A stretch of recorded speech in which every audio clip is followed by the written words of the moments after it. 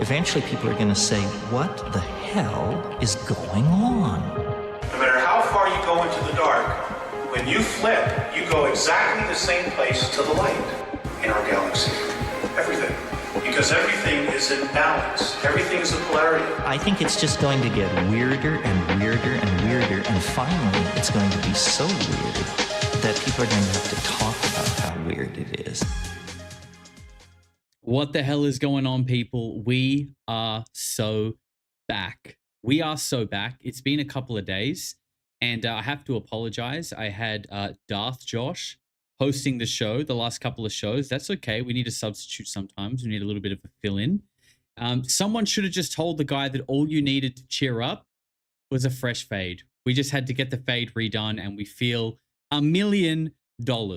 We really do. No, but in all seriousness, you know, you get a little bit fatigued sometimes, you get a little bit frustrated researching these things. And what I've done is I've gone and sought the experts, okay? Getting a little bit frustrated with ufology, with the circle, what feels like going around in circles with disclosure. I've enlisted a professional. I've enlisted a professional to give me UFO therapy, and they are going to be coming on the show live on Saturday morning, Australia. Well, Saturday afternoon, Australia, Friday night, America. Europeans, middle of the night. I apologize. I'm not going to say who it is. It's someone you all know and love, though. And you'll see when the thumbnail goes out and when we start, when we get the stream scheduled. But that's happening this Saturday. Bit of UFO therapy for me, for you, for all of us. Should be a good time. And hopefully they can convince me that this entire thing isn't a goddamn scam. Now, first of all, if you're just watching, please subscribe. If you're not subscribed, please subscribe. We are getting super close to 130K, and it would be amazing if we could hit that very soon. I want to just say as well, what are we looking at today? Is Yahweh Baal? Now, look, if you watch the show, you know that is a little bit of an in-joke that we have here, but that is seriously what we're looking at today. And I want to just put a disclaimer here for anyone who is maybe new to the channel and doesn't really know. I know most of the people who've been around do.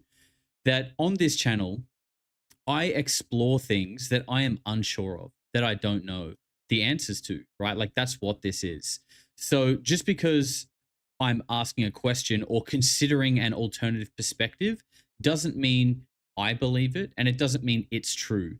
But I think this is how we kind of widen our own perspective and gain an ability to understand other people, right? You have to kind of put the shoe on the other foot and try to see things from a different perspective. And that is what we're going to be doing today. So that is the disclaimer.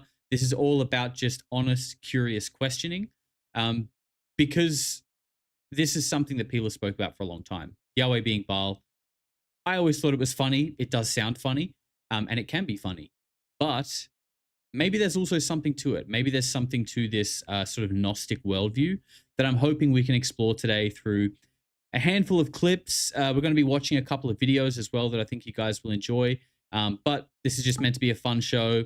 Curious minds, open minds, and hopefully we can have fun as we go along the way and do this thing. Now, as people are still filing in the door, come in, people, find a seat, get comfortable, get yourself a glass of water, straight from the tap, plenty of fluoride. We're going to be just watching a little clip here as people file in. We've got a little preamble because Ross Coulthart was asked about polarity. Can you believe it? Shout out to Megan, by the way. I think, you know, being on Megan's good side might have helped get the channel name thrown in, but also he was really asked about reptilians, but it was in reference to the video that I did. So I thought we would just watch this. It only goes for a couple of minutes just while people are filing in the door, and then we will really get into the show. I did just see someone in the chat mention Jason Jorjani, and that I should have him on. Look, he actually features at the start of today's show. We're going to be looking into him. Maybe we'll get him on the show one day. RV with 6 months. RV Hilo, thank you very much. She says, I met Russell Brand in London when I was 14 and I have a photo with him. Hate the guy now. 6 months member. Time flies. This is the best time zone to live stream. Thank you very much, RV. Interesting that you say that you hate him now. because we are going to talk about that a little bit. We've got a few Russell Brand clips to look at and how his whole journey has changed. That should be interesting. And Rambro, my brother, has gifted out a membership. If you were lucky enough to receive that, make sure you say thank you to Rambro. He's out here handing them out every single day.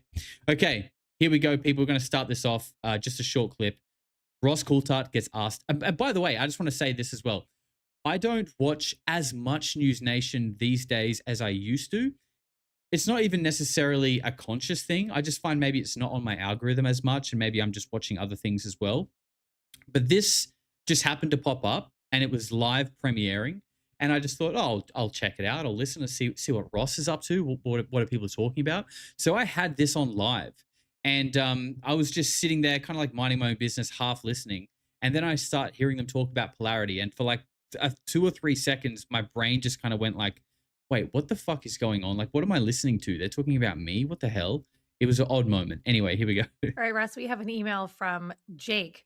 Hi, Russ and Megan. The Polarity YouTube channel recently dropped a video where internationally famous singers Robbie Williams and Billy Corgan of the Smashing Pumpkins admittedly state on podcast that they have been in bed with shape-shifting reptilians.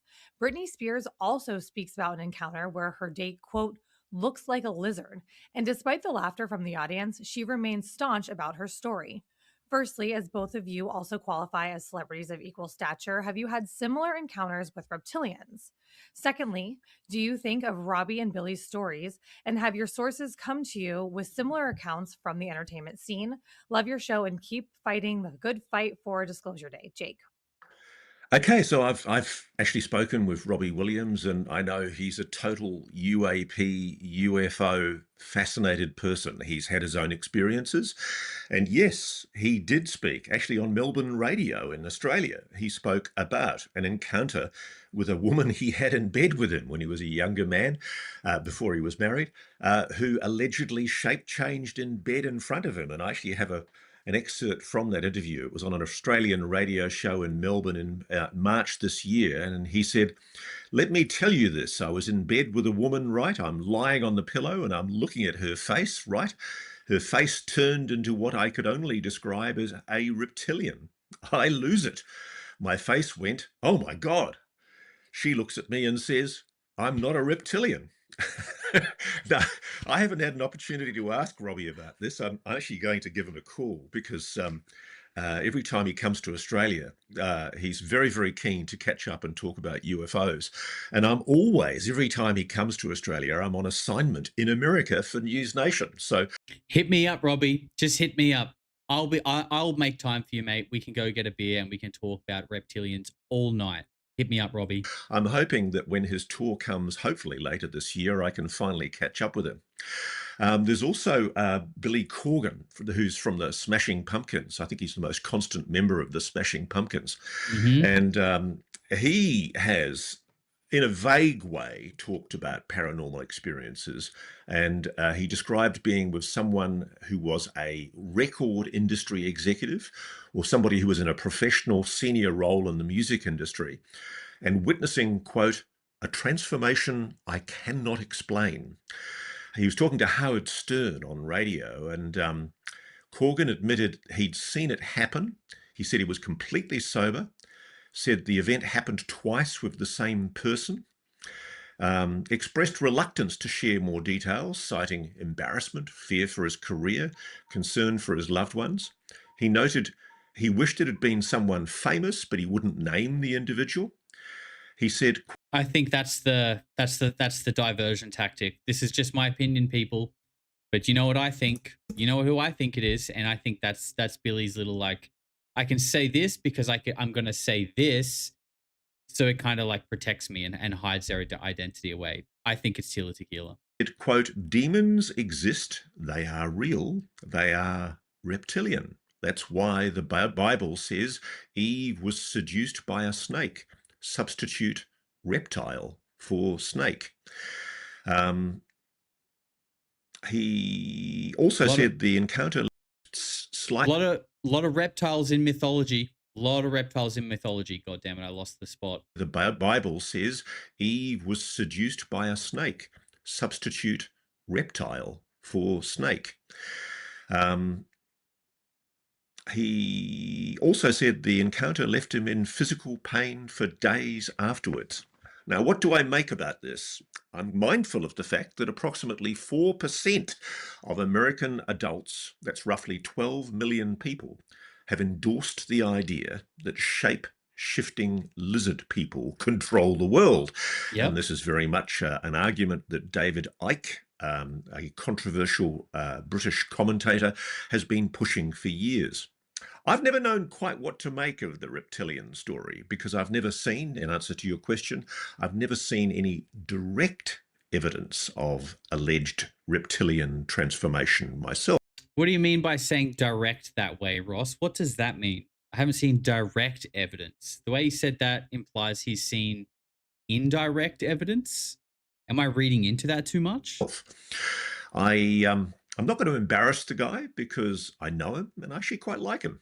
But there's a journalist I know who works for Reuters, and I have a photograph that I've seen of him in a highly emotional state where the image captured him with what appeared to be mid-transformation reptilian scales and a claw hand.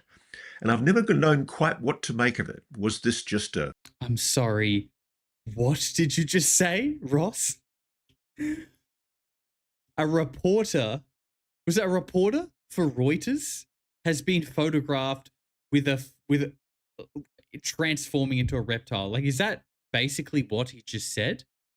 Let's just wind that back. That I've seen of him in a highly emotional state, where the image captured him with what appeared to be mid-transformation reptilian scales and a claw hand.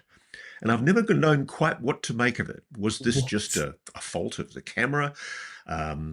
Was there something anomalous that I don't know about this person? I've got no idea. But the interesting thing is I have been approached by many people, including a very, very dear friend, who told me that he has personally also witnessed a transformation, a young woman who, as an issue of trust between him and her, allowed him to see her transforming into an alleged reptilian being. What do I make of it? I just don't know. If anyone has any evidence, if there's any reptilians out there that want to manifest themselves to me, I would love to see it. I keep an open mind. If we really are being visited by non-human intelligences on this planet, I guess anything is possible. Having met Robbie Williams and spoken to him at length about his own UAP experiences, I don't think he'd lie about something like that. He's not doing it for attention seeking. He's being honest. He's a completely candid, everything's out there human being. If he saw that, he saw that. That's my comment. All right, Rob. There you go. So I actually really agree with those last comments there. Now, obviously, I don't know Robbie Williams. Not yet, anyway. Maybe next time he comes to Australia, we'll have a beer and talk reptilians. But until then, I only know what I've seen on him. And I'm actually a bit of a Robbie Williams fan, okay? It's a bit of a guilty pleasure of mine. I do like Robbie Williams quite a bit. And I've also listened to him talk about his UFO sightings quite a bit. I've watched his documentary on Netflix, okay, because I'm a fan. And I don't get that impression either. Like someone who's been through what he's been through, been to the heights of fame and stardom, like he has. And again, if you've sort of watched his movies or his documentary and listened to him speak a little bit, you can see that he's really sort of ridden that wave. And you know how we always see that most people who hit the pinnacle of fame realize that life actually fucking sucks when you can't go outside your house just to go get a coffee or a carton of milk in your trackies looking a bit shitty. Okay, you can't really do that when you're famous. So life sucks. So it doesn't make sense that someone who's already had this sort of like unwanted fame has probably come out the other side, come to terms with it. It wouldn't make sense for someone to say something random and weird and lie for attention, because that is like the last thing that these people want. And also the fact that he takes the subject very seriously. I tend to believe it too. But then I think, like, what does it mean? Like, just because that's what you saw and that's how you interpret it doesn't mean that's actually what it is. You know what I mean? And I think that's what we're going to get into for the rest of the show today. So I think I just wanted to play that clip because it was fun. It's the first little shout out we've had on News Nation. I appreciate that. Thank you, Megan.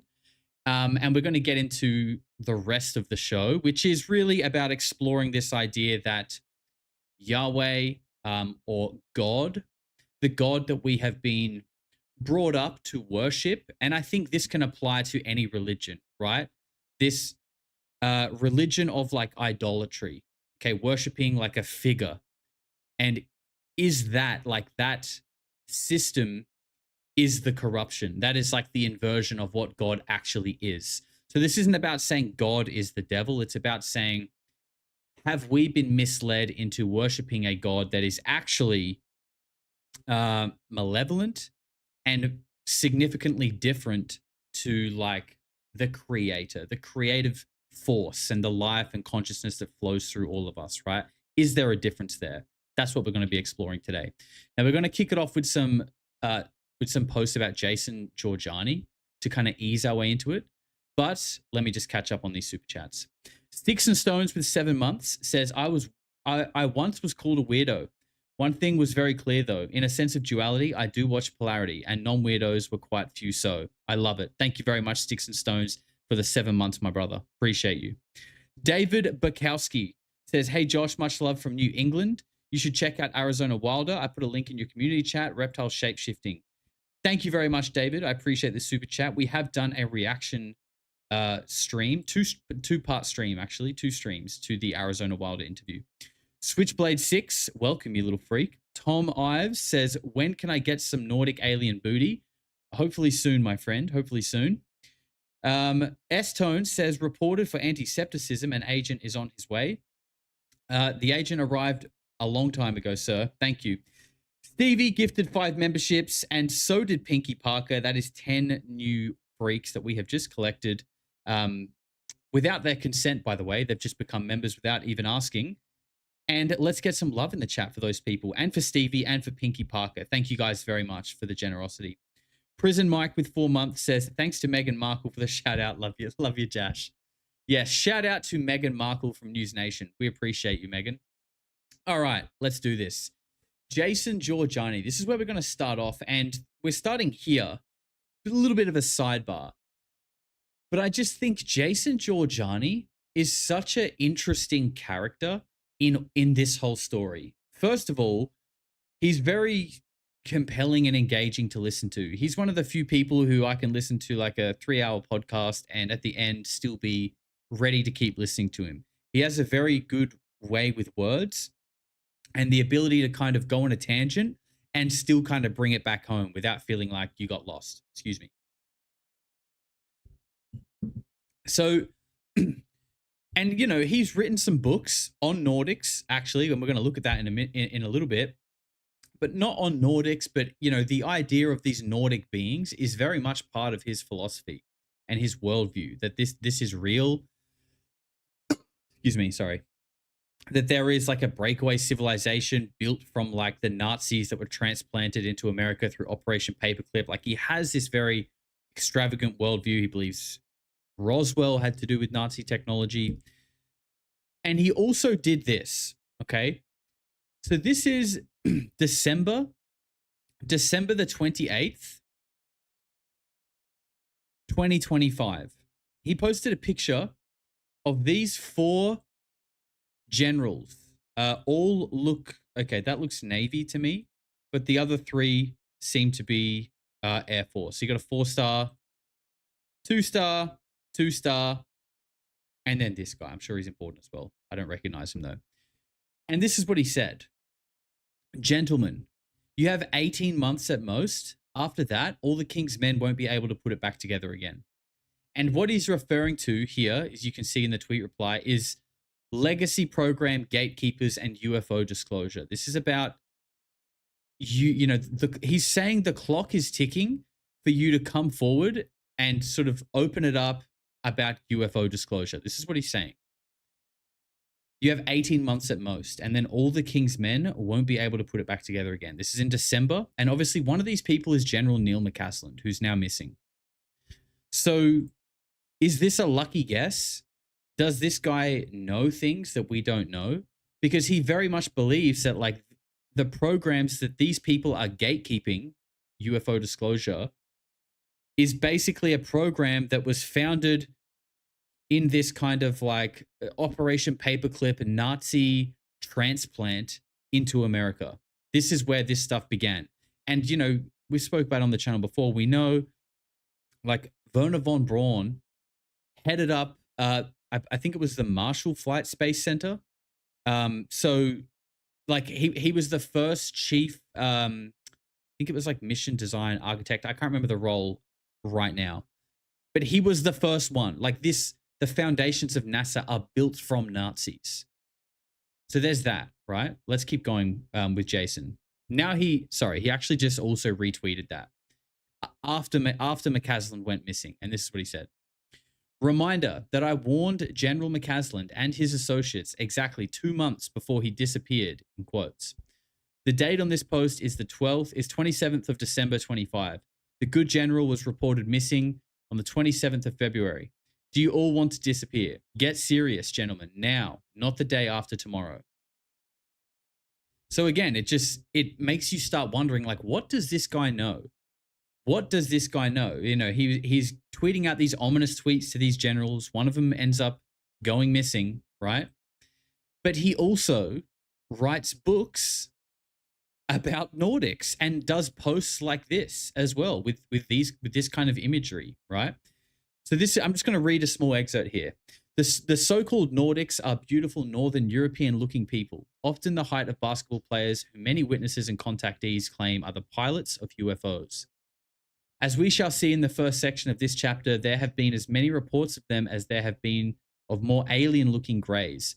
Moreover, some abductees have seen the two classes of beings together and have come away with the impression that the greys are biological robots constructed by the Nordics.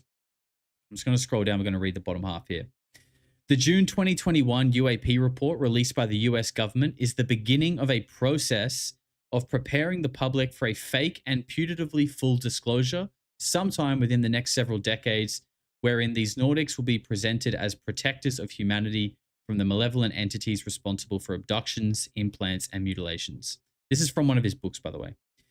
This narrative is prefigured in a bizarre case in 1950s Italy that will also be reviewed.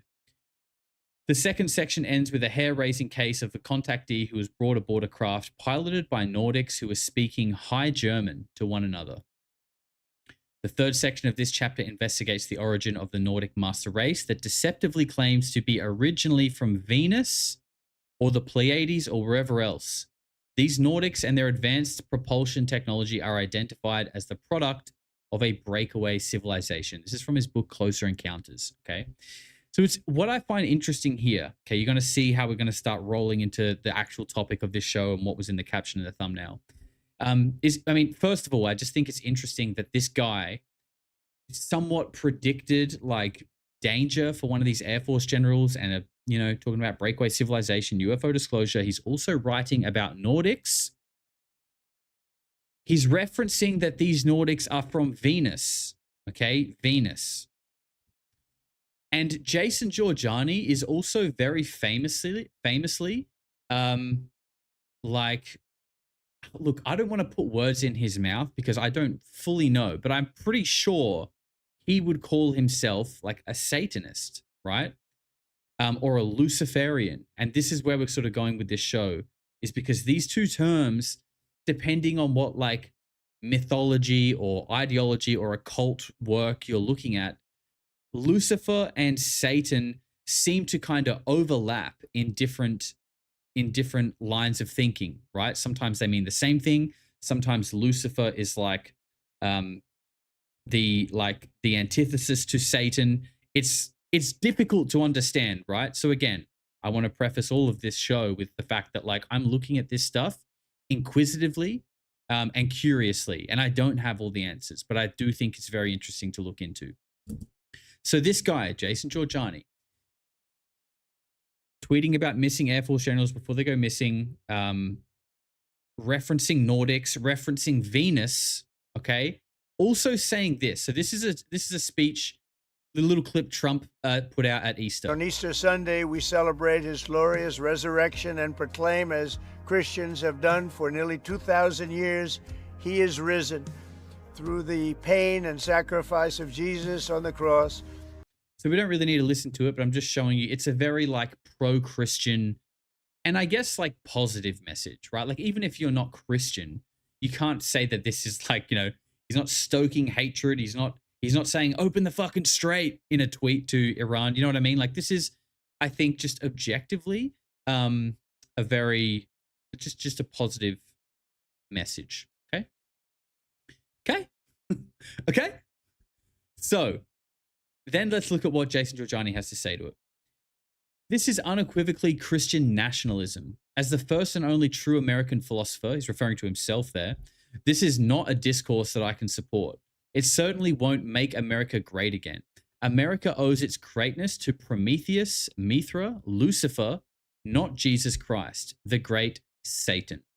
Now, again, like if you follow Jason Jorjani's work, you know, he talks about like Prometheus, Prometheism, the great Satan or Satana, and Lucifer a lot. Like, and this sort of stuff is confusing, I think, for people like me and probably a lot of you guys, because, you know, you also see someone like Armin, right? Armin Hillman, friend of the show, literally. You know, I got a chance to speak to him, and I tune into his streams, you know, regularly when I can as well. And he's very interesting because he is often saying like, Hail Satan. He refers to his stream as a satanic congregation. But when you listen to him and the things that he speaks about and that he preaches and that what he believes, like he doesn't believe in the devil. Like he's not worshiping the devil. It's not about, like if you listen to him, he kind of holds a lot of the same values that I do and that I'm sure we do, in that, you know, what came out in the Epstein files and these weird connections to Baal and like this spooky sort of Jewish mysticism, like this is inherently a bad thing, right? Like this seems like dark and spooky. He believes that. And his idea is that that religion, all of them, has kind of been subverted, and that we have been led to sort of believe in a false god, like a false idol, right? And this is used as a means of control because it comes with fear. And that when we are scared or fearful that we're going to go to hell, or that if we commit sins, we're going to be punished, or we're going to be judged, you know, all of these things that kind of loom over us serve as a control mechanism, right? Because now sort of like the agency and sort of power we have for our own life is in the hand of something else, which is like a thought form, right? It's like a false idol. It's something that is not physical, but we've all collectively sort of agreed that it is a thing. And what I find so interesting is that like that kind of does make it real in a way. If we can collectively agree on it, it kind of becomes real in a sense, right? And like you could say the same thing about all the stuff that we look at on this channel, right? Like, yes, none of us have ever touched a gray or a reptilian or any of these things. We've never even seen them, but we talk about them all the time. And so much so that it kind of becomes your reality, right? Like it kind of becomes the world that you live in. Even though we've never seen a reptilian, or, you know, I've never seen a hard UFO craft myself. Maybe some of you guys have. I've never seen these things, but like I'm immersed in it. Like I'm in that world, and it really feels that way. And I think you can apply that to any kind of religion, right? Like you sort of believe in something wholeheartedly. You think about it a lot. You pray to it. You go to meetings, right, on a Sunday with a whole bunch of people who all think like you, and you all kind of channel your energy towards this thing. Like I'm talking about church, but we're all kind of doing that right now, right? We're kind of all here congregating, talking about this thing. So it's like, it's not physical, but it's still real, right? Because we're all feeling it. We're all channeled in. We're all dialed into this frequency. And although it only exists in our minds, it's kind of real, right? So let's keep going and take this a bit of a step further. Someone just asked him a question. Okay, I'll just read it out. He put this post in. Sorry, give me 1 second. Amateur hour for 1 second. Let me just make this bigger for you guys. See, I care about you guys. I want to make sure you get the full scope here. Jorjani said, last but not least, the piece also includes a deep meditation on one of the most fascinating and enigmatic women of Tesla's era, his intimate friend and neighbor at the old Waldorf Astoria Hotel where they lived together for years, Sarah Bernhardt. Okay. And someone said, were they both from Venus? And Jorjani says, in a manner of speaking, yes, since Venus is Lucifer. Okay. So I stupidly got rid of that tab. But basically, the connections that we're looking at here is that Nordics, Venus, Lucifer, the morning star, like all of these terms seem to be sort of interchangeable, right? That these Nordics, Lucifer are sort of represented somehow by Venus, the planet, which is also really interesting when we hear that Judaism worships another planet. Like they worship Saturn, right? The black cube. That's why they wear that silly little black cube on their head, right? So that's really interesting that you've got Lucifer and what we call Nordics. Maybe they're higher beings, maybe they're angels, maybe they're, who knows, maybe they're not even real, but they're associated as like a higher form of intelligence with a planet, right? So some people might worship them. Maybe people who worship Lucifer worship Venus in the same way ultra-Orthodox Jews worship Saturn. Maybe. I'm just thinking out loud here, but this stuff is kind of interesting to me. So I just wanted to kind of make those little signposts as we get a little bit deeper into the show. This show's a little bit jumbled, I'm not going to lie. Do we want to look at the clips of Russell Brand now, or should we? I feel like we're kind of cooking on a good line of thought here. So maybe we'll put these Russell clips at the very end of the show. Because I feel like maybe it makes sense to go into this video here. So we're going to be watching about 15 minutes of a video that was just put up by Lifting the Lamp, Frida Eleftheria, friend of the show, occultist, spiritualist. And I thought this video was really good because he basically breaks down this concept of what is Yahweh Baal, okay? He doesn't quite use those words, but he's basically exploring the idea of if and how we have gotten to a point where we have been tricked into worshiping something that is literally just a thought form that serves as a control mechanism, okay? Frida Eleftheria, link is below to his channel and this video. But here we go. We're gonna hit play here. The first thing they told me is that the Gnostic theology is, at a basic level, essentially correct. I think I need to give this video a little bit of context, right? And I think he needs this. If you don't know who Frida is, right? This guy was referenced by Matthew Brown when he did his big tweet, and there was that weird symbol there, which we now know is Enochian magic that came from a video done by Frida, who we can see here. He came out recently and said that, you know, he's written a book, and basically the book contains a whole bunch of channeled writings, okay? So this is like deep, high-level occultist, spiritualist work in Enochian magic, where Frida Eleftheria has been communicating and scrying information given to him from angels, okay? This is what he's been telling us recently, and he has a book coming out, right? Now, I know some people will say that's a red flag that he has a book, but I don't necessarily think writing a book means everything you say is a lie. Sometimes it's actually a very convenient medium to get your information out to people. We need to remember that. What he is about to say in this video is a small excerpt of some of the things that angels have said to him. Now, I fully appreciate that communicating with angels is a little bit far for some people. I totally get and respect that. I've never done it, so I don't know. I'm never going to say it's not true, obviously, because I'm just one man and my own perspective is so limited. But I'm definitely open to the possibilities. So even, and like I would say with Bashar, even just put that aside for a second and just listen to what he's explaining about false idols and the worship of them. And just think about how those things kind of really make a lot of sense and ring true with everything else we're looking at in this show. Here we go. The first thing they told me is that the Gnostic theology is, at a basic level, essentially correct. That is to say, there is the true God, who is the ineffable divine, beyond description, infinite and eternal and one, but greater and different to anything that we can imagine with our puny human brains.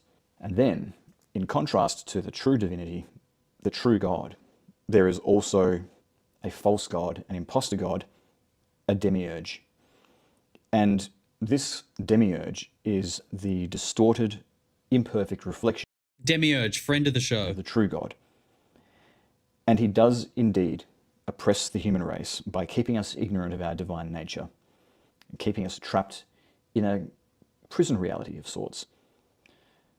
And it is indeed the case that many in the world who believe they are worshipping the true God are in fact worshipping the demiurge instead. So those are the similarities between Gnosticism and what the angels taught me. But here's where the teachings diverge. In the Gnostic account, the demiurge is a creator god in the proper sense. The demiurge is a lesser deity who creates the physical world, and we are his creation. Or at least the material bodies that contain our divine spark are his creation. But here is the bombshell that was revealed to me. It's the other way around. Okay. It is we humans who created the demiurge. We are the creators and he is the creation. He told us that he comes from heaven and he made us from the clay of the earth. But that's precisely the opposite. He's flipped the script. He has exchanged places with us by making us believe that, because in actual fact, we are the ones whose inheritance is heaven. And we created images of clay to represent divinity. And those images are of something that our mind has fabricated, that we have created. And that is the origin of the demiurge. The demiurge is the false god of our creation. He is the graven image of God. And that is the source of his imperfection. And the angels, for the most part, they didn't call the demiurge by that name. They applied a different name to him. They called him the idol. The demiurge who has oppressed humanity down through the centuries, who is a pretender to the status of supreme God, who has obscured our own divinity, is none other than the God that we invented. You see, when the atheists said that God is nothing more than an absurd character that was merely made up by deranged human minds, they had a point, but the thing is they only got halfway to the truth, because they made that assertion and then they said that is the only God that exists. It is this ridiculous man-made invention. Whereas the rest of the truth is that there is a true divinity, which is ineffable, unknowable, the absolute, the transcendent, the eternal. And it is in our botched attempt as ignorant human beings to describe that true divinity that we have brought the idol into being. It is we who are the Sophia. The Sophia represents the human consciousness in much the same way as Christ does. But Sophia is the feminine polarity, the feminine manifestation of that principle of consciousness, and Christ is the male manifestation of it.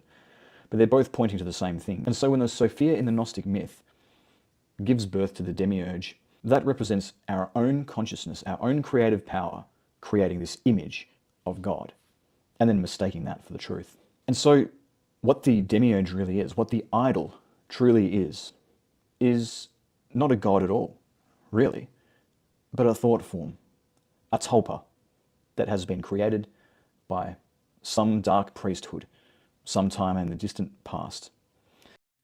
It's like, basically what he's saying is like, you know, when you're a kid and you get told, you know, like those spooky stories and they're basically designed to keep you in line. I can't think of any off the top of my head. I think I was maybe lucky my parents didn't sort of overuse that tactic on me. But you know what I'm saying, right? Parents would be like, you know, like Santa, if you don't behave, Santa will put coal in your stocking or whatever the hell it is. You know what I'm saying, right? You sort of make up a little bit of a spooky story just to scare the kids a little bit, keep them in line. This is that, but it got way out of hand. Okay, the entire world got built off of a fucking nursery rhyme scary story. Okay, and now people worship the nursery rhyme. And if you don't know what a tulpa is, I'm sure many people do, because the idea seems to have permeated popular culture by now. But there was this idea in the Tibetan religion that very powerful monks or priests could imagine a character that is just an imaginary being that doesn't actually exist.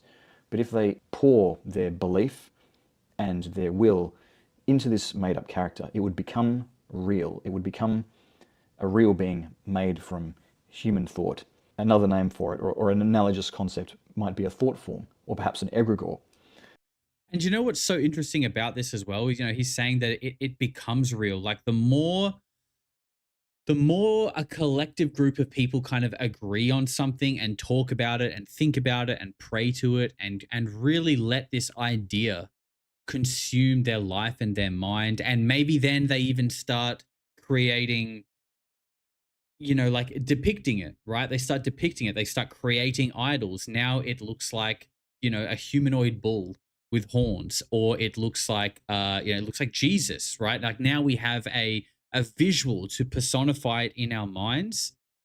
Then you start looking at what people are researching in the UFO phenomenon, which is like, well, this like weird, like plasma entity just kind of like appears as whatever I was already thinking. So it's God. It's Baal. It's a gray. All of these things are like already in here. They're already in there. So it's like, is this conscious plasma intelligent clay just like performing and molding to whatever is in your head already, right? And this is how these thought forms kind of come to life. And what would happen with these tulpas quite often is that the priests would lose control of it, and it would begin to menace the general population and terrorize the general population. And so when that happened, it was necessary for them to dissolve or destroy the tulpa in order to spare the community. But what happened with the tulpa, who is the idol, is that we never destroyed the thought form. We continued to feed it.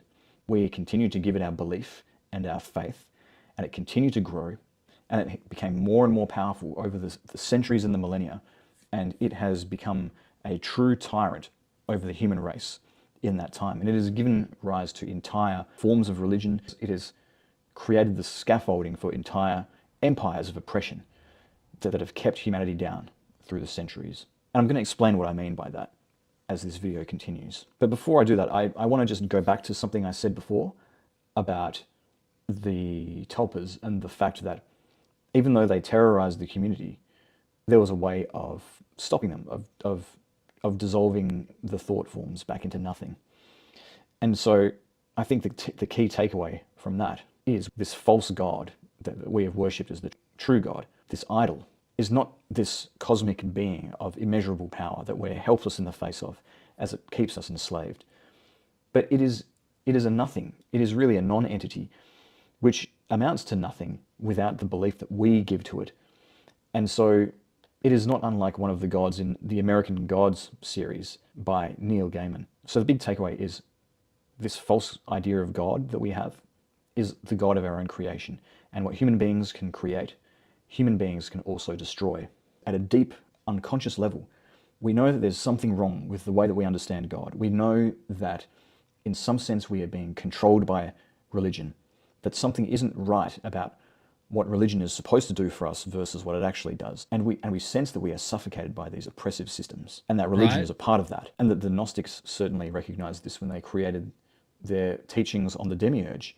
And I think that's just so true, right? And I think we all really do feel that.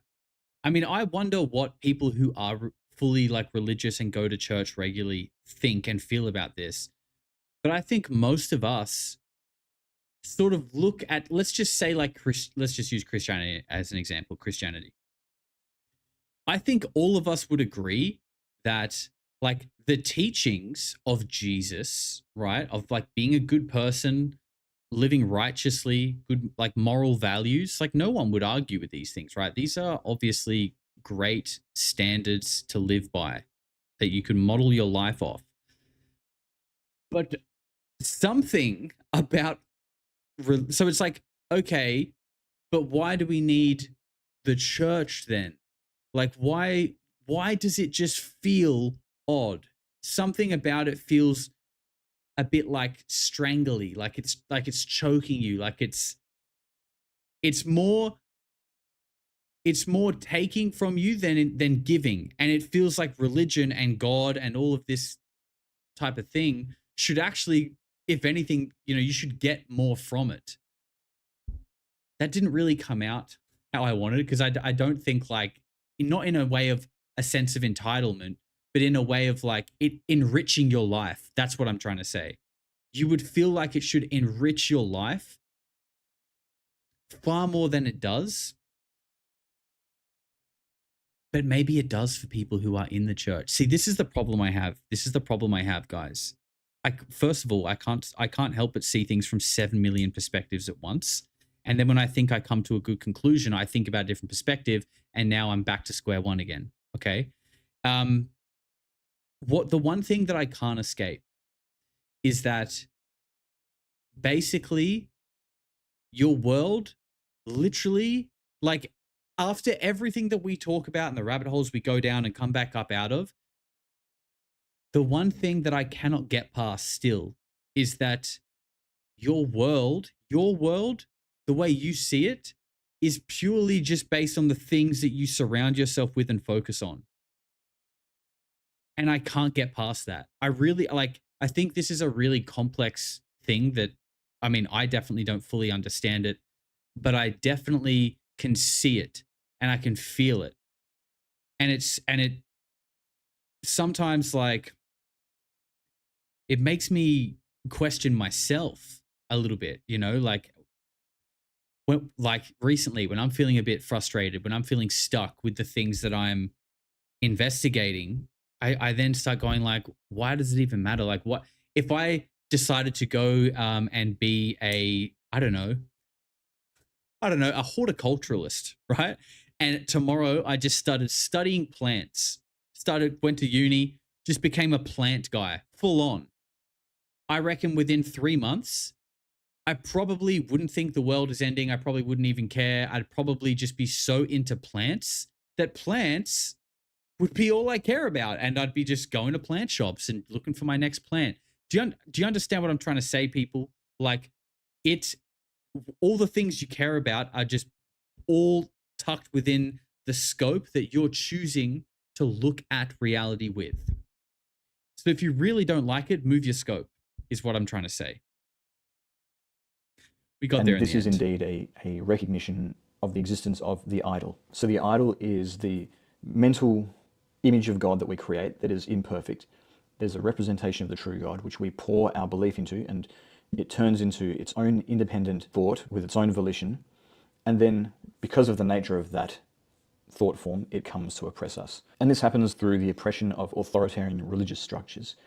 The idol is an idea which is universal. It's something which repeats itself throughout the history of human beings in different ages and in different religions. But it is something which... I just want to read this comment here from D. He says, 100%, I took a break from everything and mostly only played Crimson Desert for the past 6 weeks and nothing else actually happened. I love that. You know, because there's probably people here, hey, I'm one of them, that I know within the last 6 weeks, I've at least had one, definitely more, little moments of like existential crisis and just, you know, I'm exaggerating a little bit, but you know, you have those moments of just being like, man, I don't know what the fuck's going to happen. You know, shit's crazy, bro. Life's getting crazy, bro. You start to feel a bit tense, a little bit anxious. We've all had that. D was playing video games for 6 weeks. He came back and realized nothing's actually changed. Okay, nothing's actually changed. You could have just been enjoying video games too, but instead you were focusing on something that was making you anxious and making your own life worse. Okay? These are the things I really think we should think about. I really do. undoubtedly we see repeating throughout history. But where is the origin of this idol? Where did it come from? If it was something that was created by us at a certain point in history, just when did that happen and how? In order to understand the origins of the idol, we need to go back to the prehistory of the human species. See, there was a time in the past where it was before agricultural civilization, or in the very early stages of agricultural civilization. Up until then, when we were much more open and free-flowing in our relationship with the divine, and with the rest of the spirit world, and with each other for that matter. Yet in this early stage of our development, we were also very ignorant. And so we couldn't recognize when the darkness was rolling in, and we allowed the darkness to overtake us. Yes, we did. At a certain point in our history, during the agricultural revolution, a new class came to own all of the economic resources in our society. They were a class of priestly rulers. They were priests who controlled the new irrigation systems and grain stores that were created as we entered so-called civilized society. That economic power made them rulers over everybody else. And so this class were able to set themselves up as priest kings who controlled the rest of the population with an iron fist. Sorry, guys. My chat's playing up a little bit, and I just want to read these because they're going to disappear. Uncle Goy, you little freak, welcome back as a member. If you left a message, I can't see it because my chat's playing up. I apologize. Thank you, Uncle Goy. And Aki says, hostile language born out of rival worship. Naming shapes perception. Perception shapes reality. We are the manifestors whose attention is their prize. Yes, exactly. In your very roundabout, cryptic way, Aki, you basically have reiterated what I was just saying, in that our attention is so heavily fought after because what we collectively think and agree upon literally becomes the reality that we all live in. So if you can manage people's minds and thoughts, you're like controlling the world from within the mind of the people, which is so fucking crazy. It really is. Bobo Bear says, hi, Josh. Have you watched the Elizabeth April video about the latest Trump assassination attempt? Highly recommend. Lots of love to all the chat. Thank you, Bobo Bear. I have not. I don't really watch Elizabeth April very often. I'm not sure how to feel about it. Not that I don't believe her, but it's just like there's so much conviction in it. It's a wild one. I'll have to check it out though. Thank you. And Fishler Stickler says, John Rear, friend of the show. Thank you very much, sir. Appreciate it. This is the origin story of the first elites of history. And these elites came to exercise control over every facet of human life. Suddenly the people, the general population, could not determine their own destiny. They had a preordained role in this big machine that had been created with the rise of civilization. They were told what they could and couldn't do, and they were told what to believe. Of course, the elite, the priestly class who ruled, being the educated ones, would determine what was right and what was wrong. And so this new class of rulers determined our understanding of religion and spirituality. And so the rise of these elites was marked by a radical change in our religious customs, which can be observed across multiple different civilizations in multiple different parts of the world, but particularly in Mesopotamia. So suddenly we were worshipping new gods who were created in the image of the new elite. That is to say, as tyrannical figures who kept humanity in a state of servitude and who inspired obedience through fear. Not the kinds of leaders who would sacrifice themselves to the community for the benefit of the community, which is what a true noble leader should do, but the opposite of that. Someone who thinks that the people need to sacrifice their own well-being so that the people in power can preserve their position and their status. And so as the priestly classes, they tried to understand the divine, they couldn't see past their own reflection, and they imagined that God was somebody just like them. And so they created an image of God, which was a reflection of their own ego, a reflection of their own being. And this is how we get these gods emerging of agricultural civilization that are like cosmic kings who enslave the human race. We've got about 5 minutes of this left. I know it's a bit longer than what we normally watch, but I really do think this is educational, and I'm interested to see how people feel about what he's having to say. Someone says, "Are you agnostic, Josh?" I guess so. I'm not really sure on like what the technical definition of that is, but I'm just me. You know what I mean? Like I really fucking hate. And not saying to you, but like I just dislike the idea of that people feel like they have to sort of like put you in sort of some kind of category or label, like you are right or you are left. Actually, they're both shit. So please refrain from categorizing me in either of them if you could. And same goes for like, you know, religion and stuff. I definitely believe in something that is beyond human, more, you know, higher, powerful, and intelligent, a creator. Do I believe in man in the clouds wearing sandals coming down to judge the entire population of 8 billion people in a nice white robe? No, I don't. Not saying I don't believe Jesus was a real person, but like it's just such a spectrum, you know, and I feel like our language is so limited that it kind of forces us to like be placed in these like rigid categories when like life is just so much more complex. It's so gray.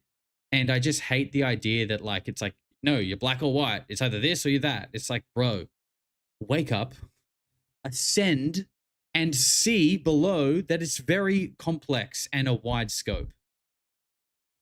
Josh, look into the Shroud of Turin. I have, and I do think that is fascinating. I, again, don't know what to make of it, but it's very interesting. Type of God is the first manifestation of the idol. But every such false god, and indeed the false version of the Abrahamic God that has become so popular among religious authorities, all of these are manifestations of the core model of divinity, that of the idol, which was introduced by this revolutionary shift in religion and in society. And the creation of the idol came about by necessity. You see, Cato says, may God forgive you, Josh. I'm praying for you, brother. This is the thing, Cato. This is what I don't understand, bro. Is like, you know, I try my best every single day to be a kind person, help people, look out for people. You know, I treat other people how I would like to be treated.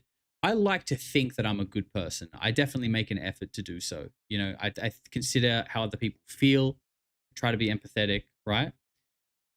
It blows me away that you, and this isn't personal, by the way, but like you and many others feel like that if you don't just wholeheartedly sort of believe and devote yourself to something that we cannot see, we have never seen, it's not tangible, then you will be punished.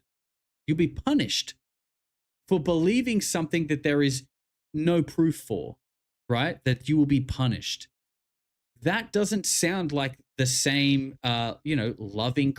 Why would it's the person who created me completely hide and be absent from all of our lives and then punish me for not devoting myself to them, him, it, whatever it is?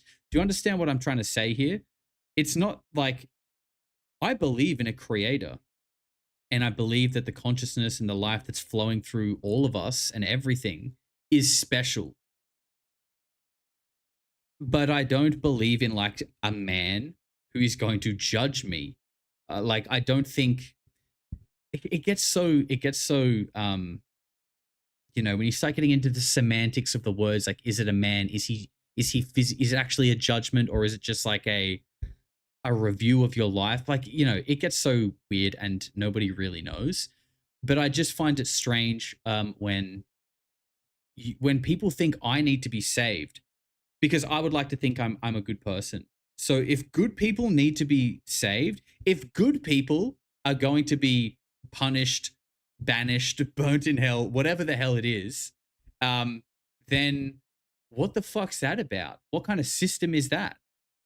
So you're cultivating a group of people who just worship you. That sounds culty, bro. What about all the good people who just lived a good life, loved each other, loved their family, loved their kids, helped people? They don't make the cut because they didn't worship? Come on, bro. Sounds like a cult. this new class of priest kings, they were a small minority of the population, and they couldn't maintain control of the population with brute force alone. Even with a military at their disposal, they were vastly outnumbered by the general population. And so what they needed to maintain their control was a kind of ideology that would keep the minds of the masses enslaved. So they would not be able to rise up against their rulers because of their mental shackles. They would simply be too afraid to rise up. And this new form of belief was created around the idol as the central figure. And appropriately enough, the angels refer to this belief system as the idol religion. And once again, we see many manifestations of the idol religion throughout the history of religions. And what the idol religion essentially is it is the worship of power, as it is understood in the worldly sense. Power over other people. Yep. As something which is the highest principle, the highest. Is that why we invest all of our money and cutting edge science to weapons? Ordering principle of the universe. So the elites, they worship an image of their own power over other people, a tyrannical cosmic ruler, and the rest of the population are expected to submit to this god and make sacrifices in order to uphold the power of the elite. They sacrifice. Yeah, financial ones too. Like Kat said, Josh, you got to put your donation on the plate every week, bro, or God is not happy. Can we do a super chat to God just so I get in the gates when I'm done? How do we super chat God? Their own freedom. They sacrifice their own agency in order to uphold this elite at the top of society, because they are representatives of this God, and therefore there is a divine mandate to the social order. And so good and evil are reimagined as obedience and disobedience, and nothing. Are we going to get to the gates and they're going to say like, bro, 25 gifted subs or you're not coming in? More than that. And so the dominant social hierarchies that exist in the world are copied and then projected onto the heavenly realm. And that Ken says God the grifter. I'm sorry. I've got to stop interrupting you. Forms a belief system. And that belief system is the idol religion. And this form of religion, it began in the cradles of civilization, and then from there spread to the rest of the world, sometimes through trade, but predominantly through war and conquest, and eventually through colonization. The idol religion keeps us oppressed both spiritually and politically. Spiritually, because it robs us of our divine essence by denying that we are that divinity, that we are just dirt. And then it encourages us to instead project that divinity onto the idol. And then that is the thing that is the source of divinity, an external power that we need to appeal to, of course, through the chosen priesthood of that idol. But exactly. And what he's saying right here is stuff I've said on the channel before, is it's like, once you feel like you're at the like agency of something else, some exterior force, whatever, an idol, a god, a cult, a group, whatever it is, once something takes that away from you, you are just like you become sort of like a victim, or like you're giving away control of your own life is what it feels like. And Aki said it as well. When I said earlier about, 25 gifted to get in the gates, Aki said, you are the gate. And I do really believe that. And, I'm not a guru. I'll never profess to be. But I really do believe, like, whatever it is that allows us to kind of connect with something beyond us, whatever that is, we all have that ability. And it's like inside you. And I think this is just my opinion now, but I think you can, if we talk about like our bodies being an antenna for frequency, I really think you tune that frequency based on how you treat your body. Like, are you eating well? Are you sleeping well? Are you exercising? Like, are you feeling good? And also, like, are you acting good? Are you expressing love? Are you being kind to yourself? Are you helping other people? Like, are you doing the right things? I really believe that if you do that and look after your body, you do. And I think meditation as well, to really like feel that connection. I think that is like the trifecta. This is just my opinion, by the way. But, I do think whatever it is, we all have it.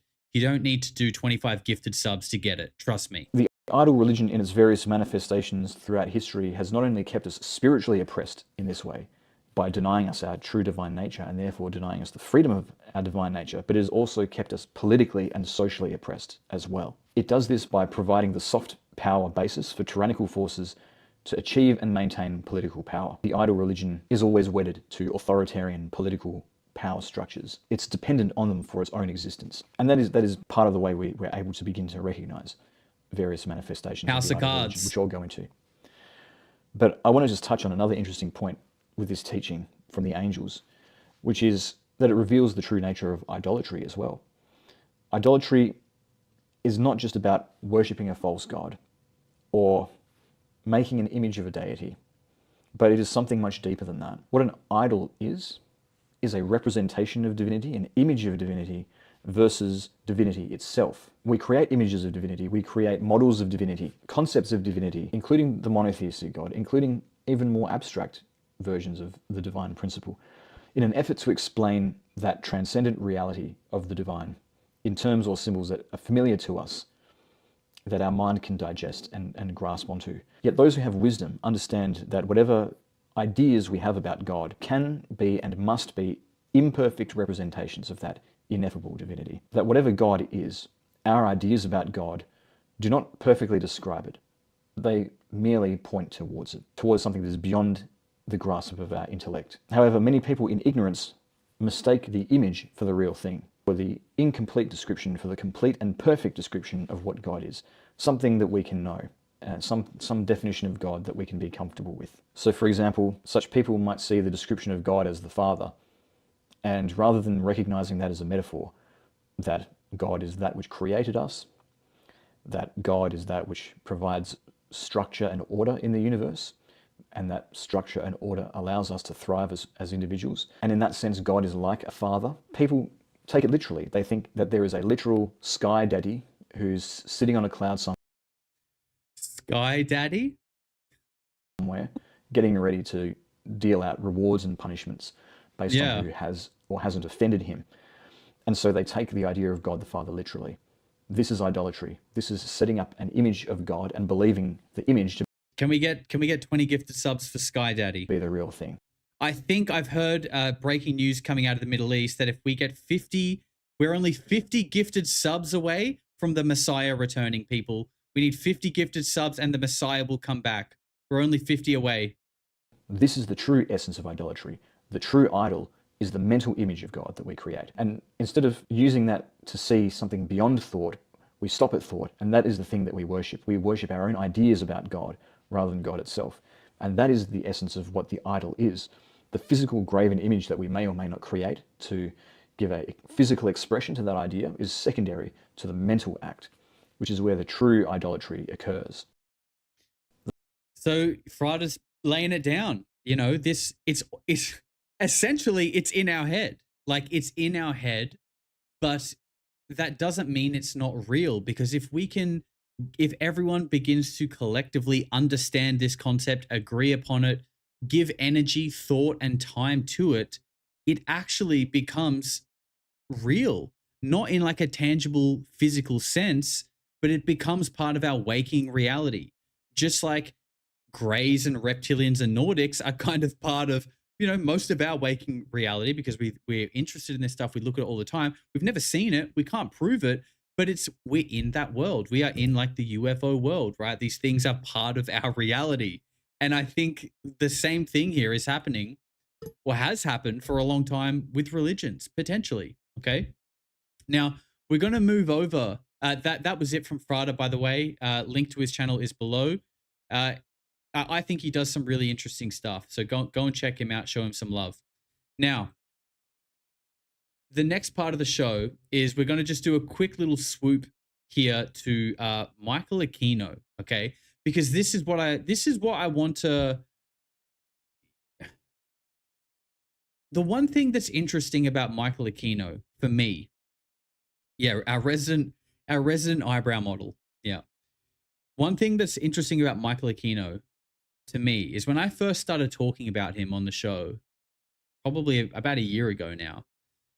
This guy, he wrote the book Mind War: Psychological Operations of the for the American Army. Also, head of the Temple of Set. Okay, so like an open Satanist. But a lot of people, when I covered him, Frada's in the chat. Nice to see you, man. Thank you for hanging out. Great video, by the way, dude. When I covered Michael Aquino, I had like a handful of people reach out to me, basically saying like, you know, you don't really get it. Like you don't quite understand what it is you're talking about. And, you know, I still probably don't. I still don't, to be fair. Because this is very sort of like dark and murky, like occult lore, right? But I found that perplexing, right? That there was enough people being like, hey man, you don't quite really know what you're talking about when it comes to Aquino and like Lucifer. You know, it's actually like, basically these people are saying like, these are actually the good guys in a sense. Like, at least their motives are about like bringing light, enlightenment. Lucifer, the light bringer, right? This is sort of like the thing that people would argue with me about my coverage of Michael Aquino. All right, so we're going to look at this in just a sec. Let me just catch up on some super chats. Benjamin Dickens says, love your take on focus and perspectives. I agree, but I think you would still have the burning desire and pursuit of truth. We all hit the wall. It's a reset for us. Love the work, brother. Thank you very much, Ben. And I do. I think that's natural as well. Like, we all get a little bit frustrated. We all hit walls with our research and the things. We all want answers sooner than we're getting them. I do think this is a natural part of the cycle, and it will probably happen again. And I think in these moments, it's kind of good to maybe just shift back to the things that really, that you actually enjoy. Just because I think at one point we all got into this topic because it was fun and interesting. And then we got deeper in and realized that Yahweh is actually Baal. And here we are. Dancing Uranome has gifted a membership. Unlucky Dancing, you're going to need another 49 if you want to get into heaven. No, I'm just kidding. Thank you very much. I appreciate the gifted. Coda put in $20 and says, dear God, please let Josh in. There you go. Thank you very much, Coda. I got my team vouching for me and throwing in a few bucks to get me into heaven. I appreciate it. Snip Snap Moth says, this whole I'll pray for you thing reeks of spiritual elitism and automatically puts the person on a pedestal. If you genuinely, wholeheartedly wanted to pray for me, you don't have to tell me. That's a great comment. That is a great comment. It's like the people who come into the live chat and say, this show sucks.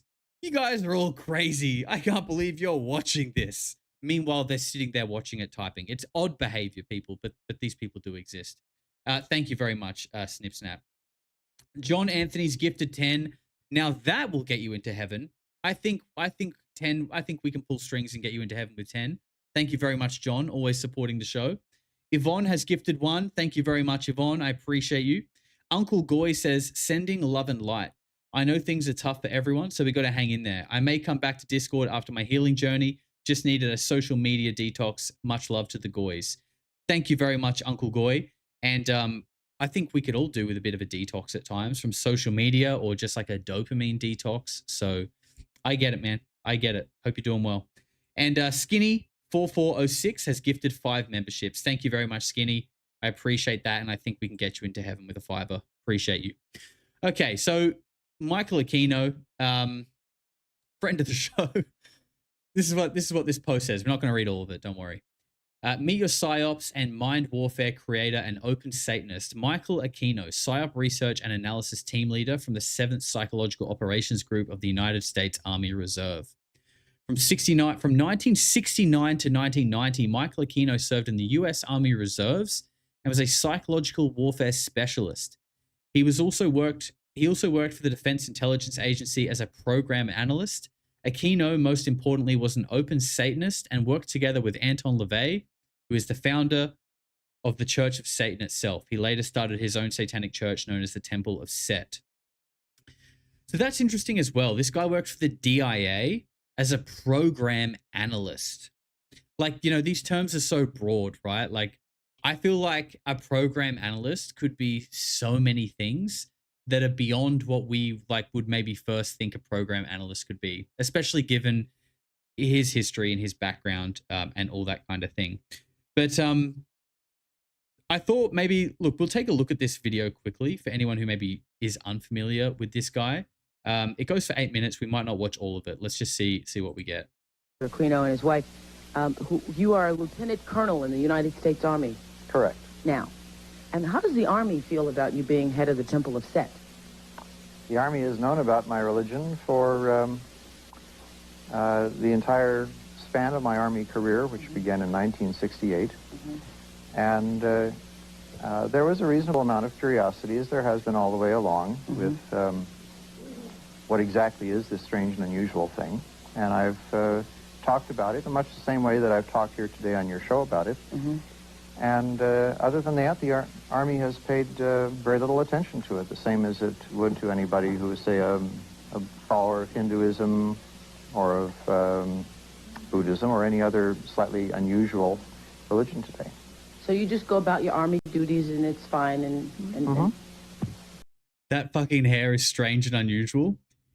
He looks like the guy that I got with my Lego set. He's got the exact same haircut as the guy that was in my Lego set. Okay. Yeah.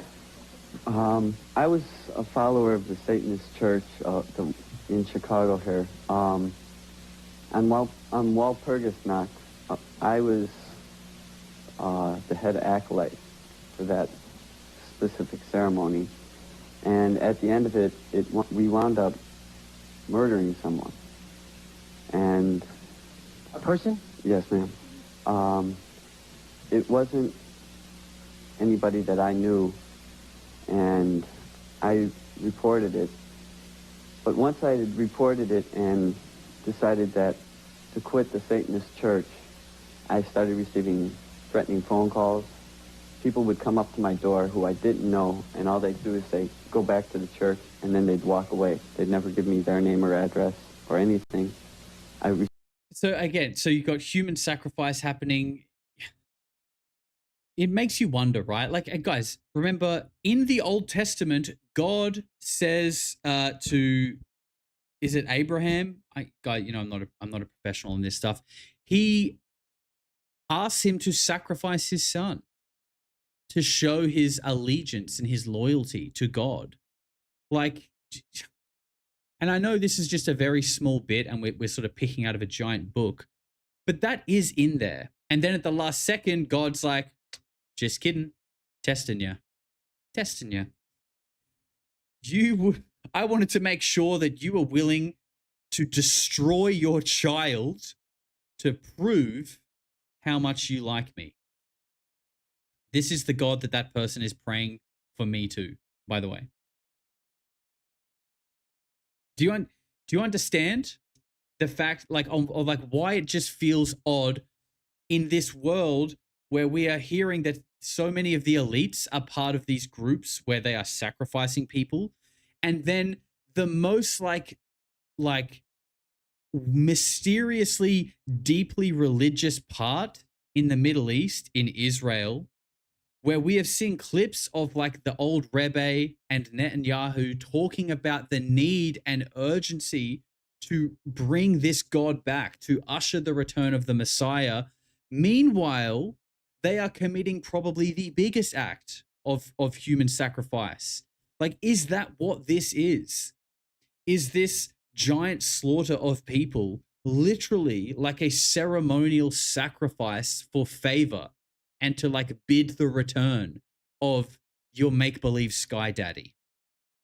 Okay, maybe not make-believe, maybe Sky Daddy is real. I guess we'll find out. I don't know. Random Bananas gifted 5 memberships as well. Thank you very much, Random Bananas. You are getting into heaven. I received threatening mail. My mail was opened. My little sister was harassed coming to and from school several times. So what happened in the ritual where someone was murdered? And how were they murdered? They were stabbed 7 times with knives because in Chicago. Yes. On this altar. We've seen this clip. I've played it a few times. Interesting that guy's talking about Chicago, by the way, because that other clip that we've also watched before with the lady, she's like a little bit bigger, and she's saying how like her family are Jewish, but on the inside they literally do sacrifices and worship Baal, right? Like she says that. She's also from Chicago. Now, a lot of people come out and say that she's just a crazy person and she later came out as a fraud. Like, maybe. But this is the thing. It's like, if there really is an overarching power that is trying to influence people's thoughts and wanting to remain silent and in the shadows, if this lady goes on TV and says this kind of thing, of course something with that much power has the ability to put out a story that she's just a crazy person, don't worry about what they're saying. Just like they have done to David Icke, who has been right about a lot of things. They seem to be doing it now to Candace Owens, and I feel like she's a very divisive figure. A lot of people don't like her. And like a lot of people don't like her. And when I watch her, I'm like looking for something where I'm just like, I don't know what you're saying that's upsetting people so much, other than the fact that I don't know. I don't see it. That's just me. This isn't a show about Candace Owens anyway. Look, we may as well watch this just in case anyone hasn't seen it. It doesn't go for very long. This is your psychological warfare operator. Is one of a number of daggers, which we may use in our rituals. This one happened to belong to the commanding general of the most elite unit of Germany's infamous SS, which was concerned with black magic and occultism research in general. I have been to the Wewelsburg, which still preserves Heinrich Himmler's ritual chambers to this day, and have conducted a black magical ritual in the so-called Hall of the Dead beneath the Wewelsburg. So there's your psychological warfare officer glowingly speaking about the fact that he was lucky enough to go to the Wewelsburg Castle in Germany, home of the SS, friend of the show, where he was lucky enough to perform a black magic ritual. What a lucky man. That's your psychological warfare operations officer for the United States Army. And again, it goes back to this idea that, the Nazis being very interested and embedded in like occult practices and magic rituals, it is not like a new thing, right? And going back to the start of the show, when we're looking at Jason Jorjani, he's speaking about the Nazis being transplanted into America and basically creating the deep state breakaway civilization and, drawing connections to Nordics, to Lucifer, to Venus. And the UFO gatekeeping program, which, you look into UFOs long enough, you start looking into the occult. Like, it's just, you can only go down that road for so long until all the roads start to get very, occultish, right? I think the idea that they are something coming from, another planet, I don't know. I don't see that. I really don't. Here's also this. We've got a little clip here from Bill Cooper. Interesting one. I think we've watched this interview on the channel. Here's Bill Cooper, a little bit of a different take, but he's talking about the powers that be in the world and who they worship. And he believes it's Lucifer. And again, this is this interesting overlap between some people looking at Lucifer as just Satan, the devil, the epitome of evil. And then other people will look at him, look at Lucifer as the opposite of that, the antidote to that, an antichrist, the bringer of light that spreads light into this world ran by Satan. Get this man to a hospital, people. Bill Cooper. Mm-hmm. And if you can't do it, then you have to die. That's the law of nature. You see. Kennedy also did a lot of other things. I mean, he was a believer in the Bible. These men who are bringing about the New World Order don't believe in the God of the Bible. They believe in the God of light, Lucifer, the angel of light, who was flung down to the earth and became the Lord of the world. That's their God. That's why everything they do goes against what people know to be the right thing to do. They believe that man was held prisoner by a vindictive, cruel God named Jehovah in the Garden of Eden. And that Lucifer, through his agent Satan, set man free from the bonds of ignorance to which he was chained to the Garden of Eden, and thus brought the gift of intellect, wisdom, to man, and thus is the true benevolent God. And man, with his intellect and his wisdom and his knowledge, will create technology which will elevate man to the position of God. And all this is allegorical. Don't take the story literally, you see, because it's all allegorical. They believe that intellect, reason, is the light, is the true God. Knowledge. Armin's here in the chat. He said it himself. Knowledge is the antidote. Shout out Lady Babylon. Friend of the show. Is what makes man God. And I'm not going to debate the right or wrongness of that, because who the hell knows. But I can tell you that they pervert whatever it is that might be divine about their philosophy by becoming what they profess they want to destroy, yes. And so, in their zeal to bring about the New World Order, they destroyed the political will of the nation when they assassinated John F. Kennedy, which has furthered their goals because it made a lot of people feel so helpless that, God, if they can kill the president, who am I? You know, what can I do? I'm just one lonely, helpless person. So they quit voting. They abdicated their power. And, of course, through agents like Robert Groden and many others, Oliver Stone, they're being convinced that our government sucks, that our government is the problem, that the Constitution doesn't work, that the Bill of Rights aren't real. We're playing right into their hands, in other words. We're playing right into their hands because there's nothing wrong with the Constitution or the Bill of Rights or our government. Times have changed. Times have definitely changed since 1994 when this was recorded. You see, it's been infiltrated. And from within, they are eating at the heart of this nation like a cancer, this secret society. They are destroying it. They are subverting it. Our Constitution has not been allowed to work since 1945 and maybe even earlier. And they have been working behind the scenes to bring about a one-world totalitarian socialist government with the Communist Manifesto as its platform, through the United Nations, which was created by this nation, from an older organization called the League of Nations, which was the original foundation. And at the highest levels of our government, the Constitution's already been scrapped, and they are working under the aegis of the UN Participation Act and the United Nations Charter. Which says what? Which says that there are no rights, there are only what you call privileges. And privileges can be granted or taken away at will by the state. Quite frightening scenario. It's a very frightening scenario, and people better wake up to the fact that unless they wake up and do something about it now, there's only going to be one alternative. And that's either take up arms, restore the Constitution, and the blood will run in the streets of America, or reach down and put the shackles around your own feet and march off into slavery peacefully. That's chilling. That's chilling. That last little bit there. Take up arms or put your shackles and march to slavery. That didn't age poorly. I'm not trying to incite violence here, by the way. Excuse me. I'm not trying to say take up arms. But sorry.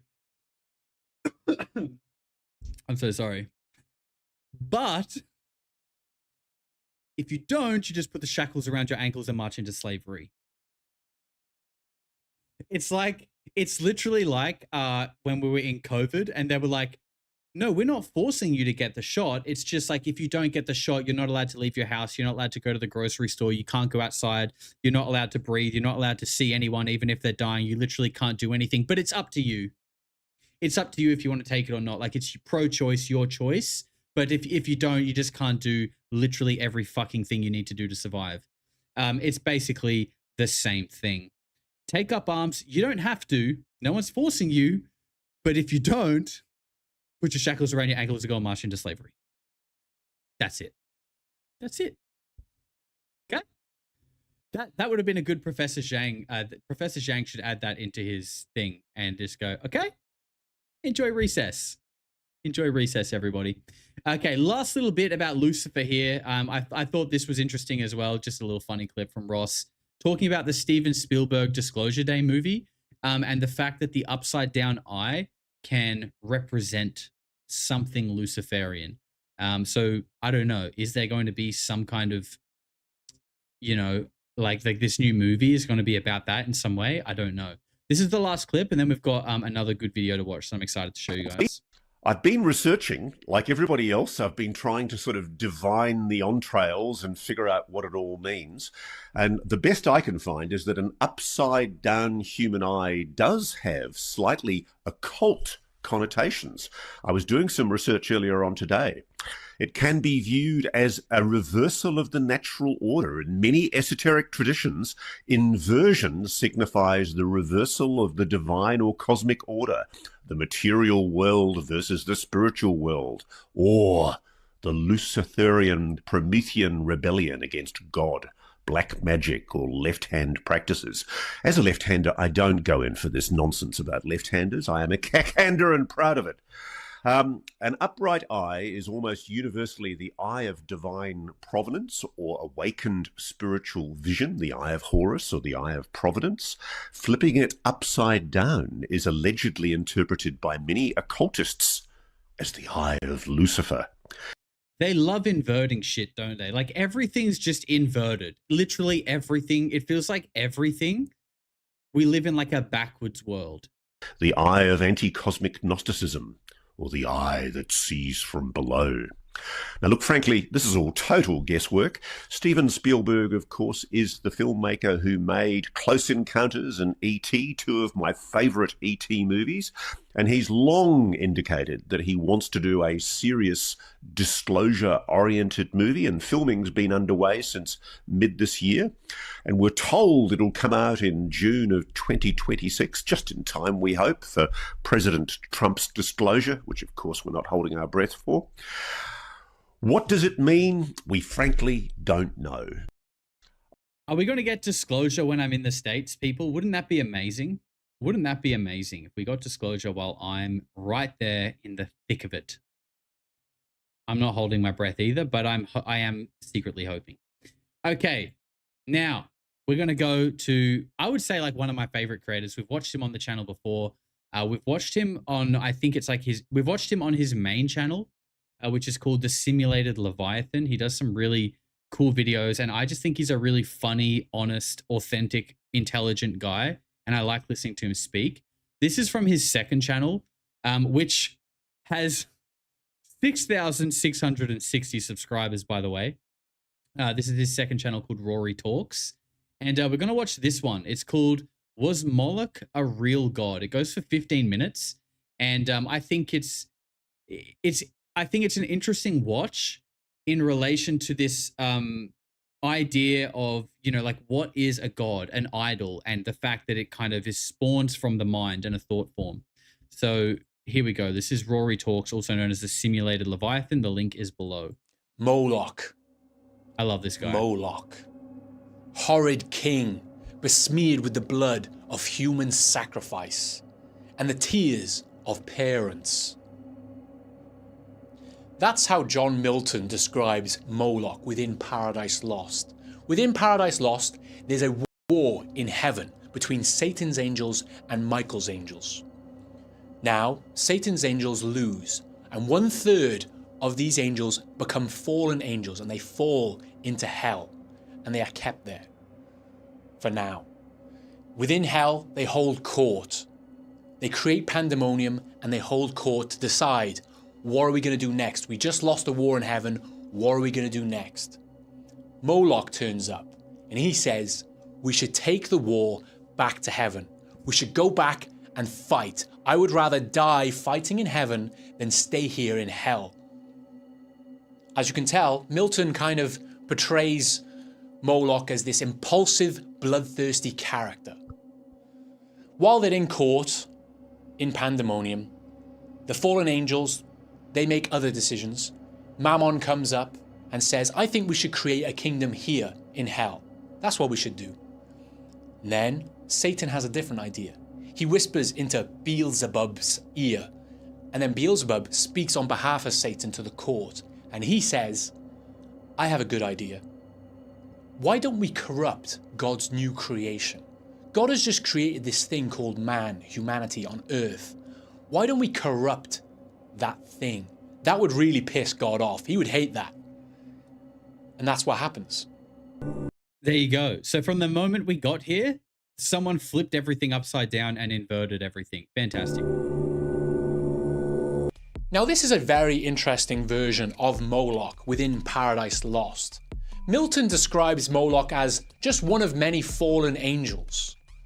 The personality he gives Moloch is very similar to Khorne, the Chaos God from the Warhammer 40k universe. You know, Khorne is a impulsive and bloodthirsty character that gains power from bloodshed. And it seems like Moloch is a very similar character, hungry for war. Why does this guy keep ghosting your interview requests? He doesn't. I only asked him once, and I never heard back from him. I don't even know if he got the email, though, so, you know, I just don't really put in a heap of effort, to be honest. See, throughout history, Moloch has always been one of the darkest deities, one of the most evil gods in history, because Moloch always requires a sacrifice from you. You must sacrifice your animals, you must sacrifice your children to Moloch in order to gain rewards. That's the concept. In more modern times, we might vision Moloch as a bull-headed human, or a bronze sculpture of a bull-headed human that people would pass their children in flames in order to gain rewards. That's how we vision Moloch today. But some scholars, you know, esoteric and, you know, religious scholars, historic scholars, have now said that Moloch actually comes from the etymology of the word Molch, which is a Molch offering. That is the ritual of sacrifice itself. That's what Moloch is. It's actually just the ritual. And from that, people have said that because of that, Moloch has never been a deity that anyone has ever worshipped. That's what some people are saying. Scholars would disagree with that, of course. They would disagree because Moloch has become something much bigger than that since then. No one would deny that actually people did give a Molch offering to a deity called Moloch. That's what happened. See, that's how things develop over time. Just because the word Moloch maybe originally meant the ritual sacrifice doesn't mean it didn't become a deity. For example, this is just how things happen. Like in Greek mythology, you have Nike, the god of victory. But the word Nike, before the god was even personified, meant victory. And then it became, you know, that's what happened. And then the word victory as we use it today comes from the word Victoria. Victoria was the development of Nike. See how this is just how things develop. Another example would be Mammon, who is the other fallen angel in Paradise Lost. Mammon originally meant greed or wealth, and then became personified as the god of wealth. Within the Bible, I think God says you cannot give yourself to God and Mammon. And then from that, people were like, we should personify this greed into a god, the god of greed, Mammon. That's how things develop over time. Also consider this. Throughout history, traditions and gods, they merge. They overlap. Ideas overlap. Many gods are derivative of older gods from different traditions. We know this, you know this. I want you to imagine this. Imagine that you are a Roman soldier. I don't need to imagine, but okay. Pretty cool, right? Imagine you are a Roman soldier and you enter Carthage. And when you arrive at Carthage, you witness the people there offering up children to a giant bronze statue with its arms out. And people present their children to the flames and they sacrifice their children to this gold bronze altar. Why is that gold bronze bull just like the most ominous and scary thing? Do you know what I mean? Like, they could have made that anything else, and I don't think it would be as like not like, it is ominous, but there's another word that I'm looking for that's like you know, when just your mere presence is intimidating. Whatever the word for that is, I know there is one. Not only that, the women are told that they are not allowed to cry. They are told they cannot grieve. If they show any grief, it ruins the whole ceremony. If you were a Roman soldier, you would say, we need to burn this fucking city to the ground and we need to salt the earth afterwards. I think they tried. And eventually the Romans actually did do that. There you They go. did do that. Now this story of the child sacrifices at Carthage, it was actually originally a Greek story that was rewritten or redocumented by the Romans. Could you imagine that though? Could you imagine rolling into this town, you know, wherever we were back in Babylon, and you come in and everyone is just burning their kids, dancing to some kind of sky god, burning shit all the time. And this is just the way life is here. Could you imagine what that would be like? You would be like, oh my God. It would be something like in Game of Thrones when they meet the wildlings for the first time, but way, way more intense. And just like in the show, the first course of action is like, okay, we need to absolutely cull all of these people. Later on, after the conquest of Carthage. And many people believe that this story is fake, like there was no child sacrifice at Carthage. Although archaeologists have found piles of cremated children and signs of ritual sacrifices at the grounds of Carthage. So, it seems very likely. But what's really interesting about this story is the depiction of this bronze sculpture or statue that people were sacrificing to this deity, this image, this idol. It's very similar to the Moloch stories throughout history. It's very similar. But what's really interesting is in the Greek and Roman retelling of this story, they often say that they were sacrificing these children to Cronus. Can we get a Greek fact check, Alman? Is this correct? Is this actually what the Greek texts say? Basically, the god that devoured his own children, the god that's represented by Saturn, who basically is the devil. Saturn is also representing the devil. Ah, and who did we say earlier worshipped Saturn? Ah, interesting. Throughout history. You can see what I mean? It's all merging together because also the sculpture resembles every kind of Moloch statue. And the Carthaginians were more likely worshipping or sacrificing children to Baal-Hamon, which is a separate entity to Baal. See what I mean? It's all the same shit, but you could say that all of these Moloch offerings are to the same entity that could be represented by Saturn, which basically could be Satan. It's all the fucking same shit, right? It's all the same shit. Oh, I love this guy because I feel like his mind works just like mine, and it really is all the same shit. I think I've done videos talking about how it's literally all the same shit. From Scientology to freaking mystery schools to UFO world to freaking Baal. It's all just seems like, it reminds me of like in Call of Duty, Counter-Strike, when you have a gun, you have the same gun as the other person, except you have a different skin on yours. So it looks different. But ultimately it shoots and kills people the exact same way. You know what I mean? It's the same shit. Just looks different. It's got new paint. Now, when it comes to today, we cannot talk about Moloch without talking about Bohemian Grove. Now, I know a lot of people are bored about talking about Bohemian Grove, but let's cover what Bohemian Grove is for just a moment, shall we? It's basically a space in the forest of California where the elite of the elite, including former presidents, would gather there in order to reenact a sacrifice in flames to a giant idol. It's basically the same as what was happening in Carthage, but they reenact it there in California. Also the same thing that happens in Game of Thrones, by the way, when Melisandre, the Red Woman, convinces Stannis to burn his own daughter to get favor with the Lord of Light. The Lord of Light is what it's called in Game of Thrones. Lucifer, Lightbringer, Morning Star. Same shit, different paint. Richard Nixon, a former president, went to these events. He called it the faggiest shit he's ever seen. It makes me kind of appreciate Richard Nixon a bit. I need to look into that guy more. It does. Anyway, he got demonized quite a lot, right? But anyway, that's what happens there. But the interesting part is they make this burnt offering to a giant owl. And people say that the owl represents Moloch.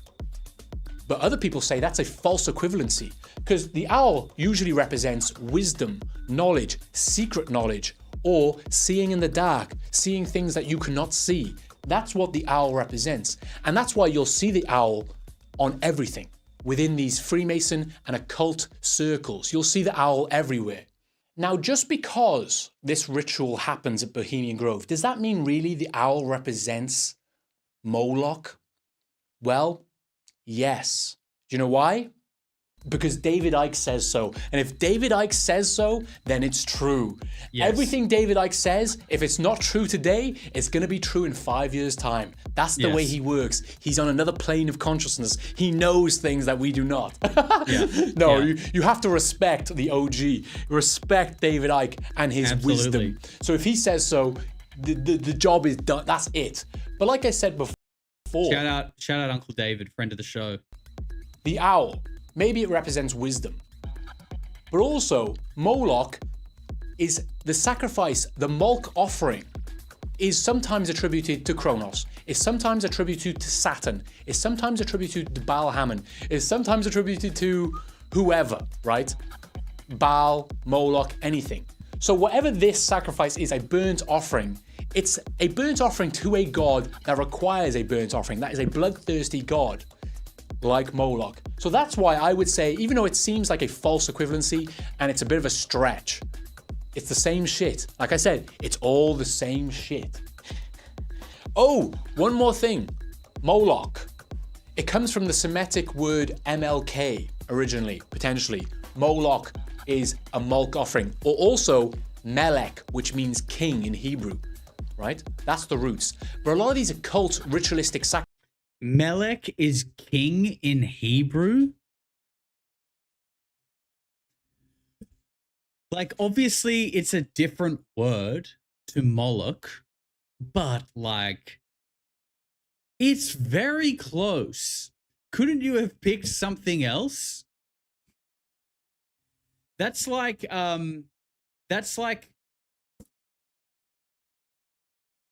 don't even know what that's like, but I feel like they could have done a bit better there. Unless Yahweh equals Baal, then it makes sense. If Yahweh equals Baal, then Melech, meaning king, and sounding so much like Moloch, makes a lot of sense. Sacrifice ideas have their roots in Egypt. Now, MLK. What is M in Egyptian hieroglyphics? It's an owl. Case closed. Case closed. Also, MLK stands for Martin Luther King. Was Martin Luther King a Molch offering to some... Okay, we'll stop there. I mean, see, sometimes it's like he gets onto something and then he cuts himself off because he knows he's going to sound schizo, but that's what we want. That's what we're here for. Yahweh's Baal t-shirts? Maybe. Maybe. Can you get in trouble for putting that in a t-shirt? I don't know. Maybe. Now, as you can see, Moloch has kind of taken on different forms throughout history in one way or another, but it always surrounds the idea of sacrifice. And in more recent times, Moloch has become like a metaphor for sacrifice. There's a great essay called Meditations on Moloch by Scott Alexander. I'll link it in the description. But he basically says that Moloch is the system as a whole, and we are sacrificing our time and energy to it, and we are sacrificing our children to this system by putting them through years of education, which really doesn't amount to much other than sacrificing their childhood in one way or another. That's an interesting concept. It gets a bit, maybe that's a bit boring though, right? I don't know, but that's an interesting idea. And it's interesting, the idea that we are sacrificing our time towards Moloch, because Saturn is sometimes referred to as the devourer of time, because it's like the slowest moving thing in the sky. That's what is said, because it's got this eerie movement and therefore it devours time. That's interesting. But I like to think of things more, I like to think about, but of course I love his laugh. He's so think funny. About things differently. Like, I prefer to think about Moloch as the elites of today literally sacrificing people to some sort of deity in order to consolidate money and power. I like to think of it that way. Not even in a metaphoric way if you think about the Jeffrey Epstein files, but in a metaphoric way. Because I want you to consider this. Like I said in my previous video on my other channel, World War I, World War II, 100 million people died. That was a Moloch offering towards a deity. And a small number of people capitalized on this, and they consolidated power and money. And they did gain rewards from Moloch. And even today, like you can think about wars that are happening around the world today. Are they ritual sacrifices in one way or another in order to consolidate money to a small group of people? I would say they are. They always have been. That's how the system works. People are giving Moloch offerings to something in order to consolidate money. They are feeding the blood. They are giving blood to the blood god. That's what they are doing. And consider what's happening right now. As I'm recording this today, Iran is getting bombed and there's this conflict going on in Iran, in the Middle East. Who is benefiting from that?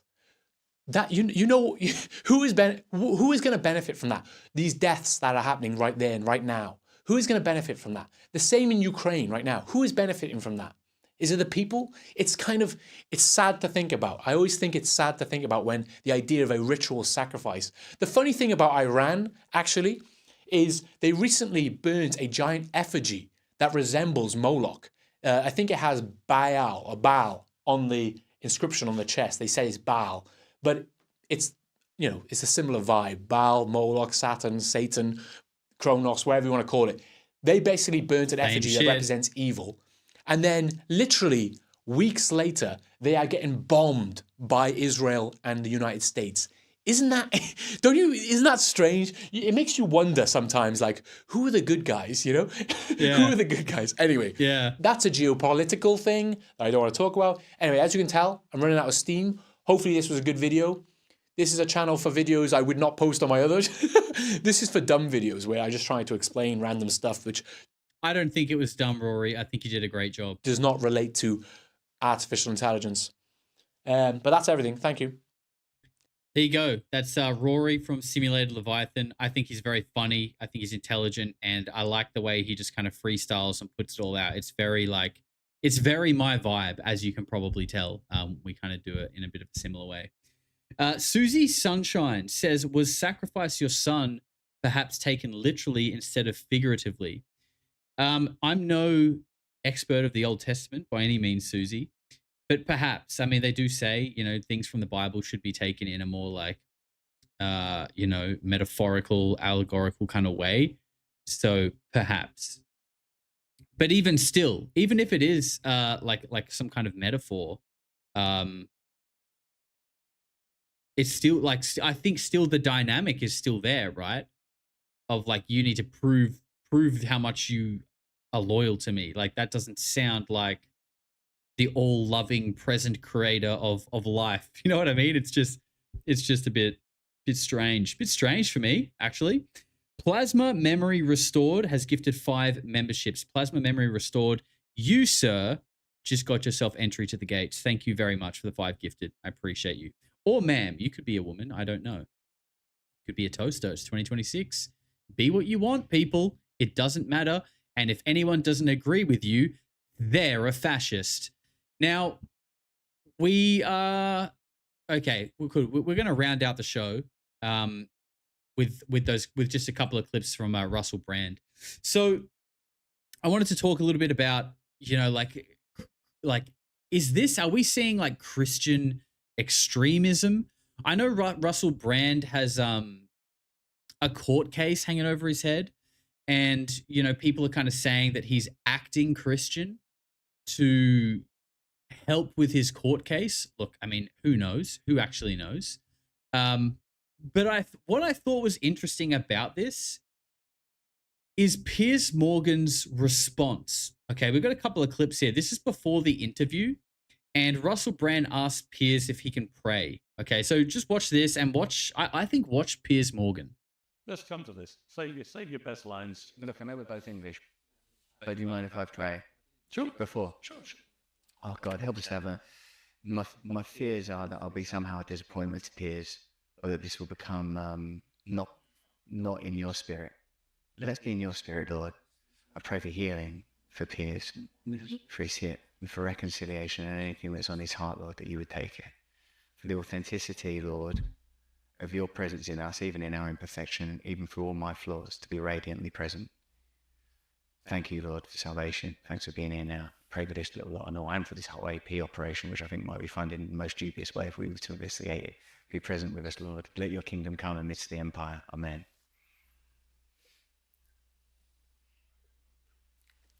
Let's come to this. What I find interesting about this, right, is look the way Piers Morgan is behaving. We can talk about Russell Brand in a minute. I want to talk about Piers Morgan first. The whole time he's staring at him with his arms like, you know, like this. Like it's, I don't know how to explain it, but it's a bit of like, is condescending. It's a bit, he's making him is smug. He's a bit silly. And then you get this shot here, you know, like the reason why I find this interesting is because if he did this with a Muslim that was praying or a Jew or anything else, I think he would be dragged across hot coals for being disrespectful and insensitive to their religion. There is no way you could act like this to any other religion and kind of mock them and humiliate them for praying. Like everything else that Russell Brand has going on is sort of like separate to the fact that whether you believe it or not, he's religious and he's just praying. He's praying. There's nothing really wrong with what he's doing or silly with what he's doing. I mean, if you hate religion, if you're an atheist, yeah, you might think it's silly, sure. But, you know, Russell is a guest on this guy's show and he's humiliating him for praying. And I find that really odd when I just know that if it was a Jew or a Muslim or whatever other religion he wants to pray, if he acted like that, he would literally probably get fucking cancelled. Straight up, you wouldn't be doing another show because people would be outraged. But because it's Russell Brand and he's got a bit of a history and a lot of people dislike him, it's like it's okay, which I think is really strange. Right. And I think because a lot of people don't like Russell Brand, I think it gives people like Piers Morgan here like a bit of a, I can humiliate you and treat you like shit because everyone doesn't like you anyway. So it's just going to be funny. And that has happened. Like a lot of people have like ridiculed Russell Brand for this interview. And this is another clip that we've got from it. And basically them two just having a bit of a back and forth. This goes for 3 minutes, 3.5 minutes. I can find a lot you say about corporate power and political power and media power. I can find myself nodding along thinking, yeah, you're making good points. How is he humiliating him? I mean, I think that's pretty obvious, right? He just stared at him the whole time with his arms crossed and kind of looked at him like he was an idiot.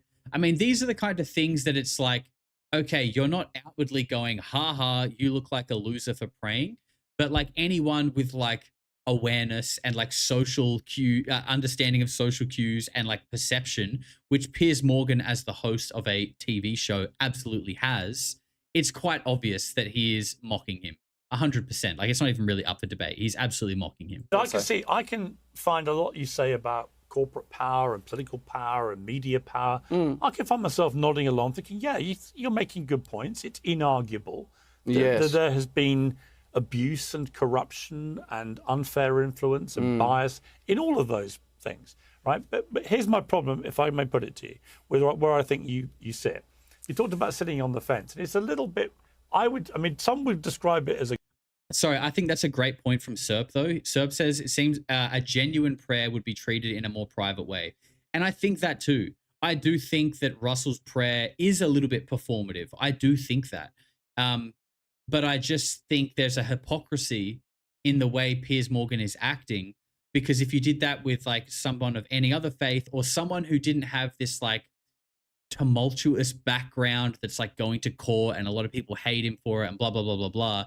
If you didn't have those like safeguards, you couldn't act the way that you're acting. And I just think that's like a bit like, you know, gross, a bit like dishonest, a bit like, you know, not the kind of person I would want to hang out with. It's like a bit snaky, you know? As a grift. It's like, come on, Russell.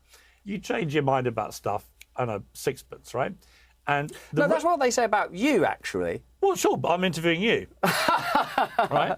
So my point is, so you think that you can command I'm the not saying, old I'm channel. not saying I believe this. I'm saying there are people who think you're basically just a massive grifter. That you're very smart, you're very eloquent, you can be very persuasive with the power of your words, but that actually, when it comes to any of these issues, you don't really have a personal, principled view. I do, and it's a really Your view is that all people in power are terrible. But when I ask you, when I've challenged you to say, well, what would you actually do? You go on a 20-minute eloquent spiel, which doesn't answer the question. Oh, my God, it actually does answer the question. Let me try and do it again. Firstly, find faith and integrity in yourself. Do whatever you can. Pray. Find God. Secondly, we cannot have systems that prioritise the centralisation of power, whether that's representative democracy or this global commercialism. So what would you do? Use the technology that we currently have. All right, good, this is the bit I wanted to get to. Can I have a glass of water? I mean, it's Associated Press news. Well, they're not under any obligation to give us bottles of water. Oh, I see. Well, actually, this guy, my mate Jake, we are trying to find you some, but they're not our servants. So. No, absolutely. Hold on a minute. I'm not declaring these people. They don't all work for us. We're just hiring their studios. So. No, I know that, and I think I've established quite a good rapport. We should be cognizant they're not working but for no, us. with my mate Jake though, who's over there, who actually is working for me. Well, Jake can get you on. Who I'm directing it to, and like all of this, I think is very strange to be happening on camera. Even like Piers Morgan to be like, oh, they don't have to get you a water. It's like he's creating, and I understand. I think it's the nature of this show, which is called Uncensored. I personally just don't like the whole, you're trying to make your guests a little bit uncomfortable. The cameras are on, the lights are on. It's like almost trying to like a bit of a gotcha scenario, but I think he gets away with it because a lot of people don't like Russell Brand. And it's like, I don't know, maybe this is just like a personal thing, but I just think that that's a bit, I don't know. It's just, I don't think it's the right way to act, even if someone is in the wrong. Someone said, is that any worse than what you do, Josh, by mocking God?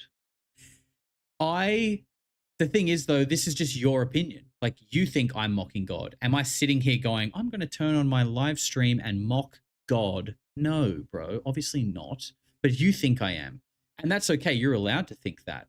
But in the reality of it, is that what I'm here doing? No. That's just how you're perceiving it. And also there was one or two other people, so it's not, just to be clear, I'm not sort of like going, "Oi, get me some water, man." Well, you did I'm a direct to Hollywood the star. AP that they should get you a nice bottle of water. Well, I just thought that the facility itself might have, amidst its many benefits, water. Thank you so much. That's so kind. Was the obligation crossing the floor? See, thank you very much. I really do appreciate that glass of water. Would you like some? Don't be proud. I'm good, man. I like the tap water. You like the government water? Love it. Yeah, no problem. Even if it kills me. There you go. Now we understand why Piers is the way that he is, because because he freaking loves government tap water. There you go, people. Piers Morgan, friend of the show. I can't keep drinking the government water, Piers. I can't keep taking the government Actually, the dollar. water is some of the cleanest in the world, but you know that.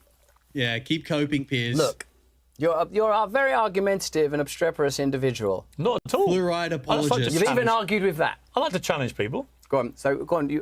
We were talking about. Oh yeah, this is what I wanted to say. You say that I'm a grifter, and actually, to tell you the No, truth, I say other people have said that it's all a grift, and they would actually include. And this is for you to actually, in the end, only you know.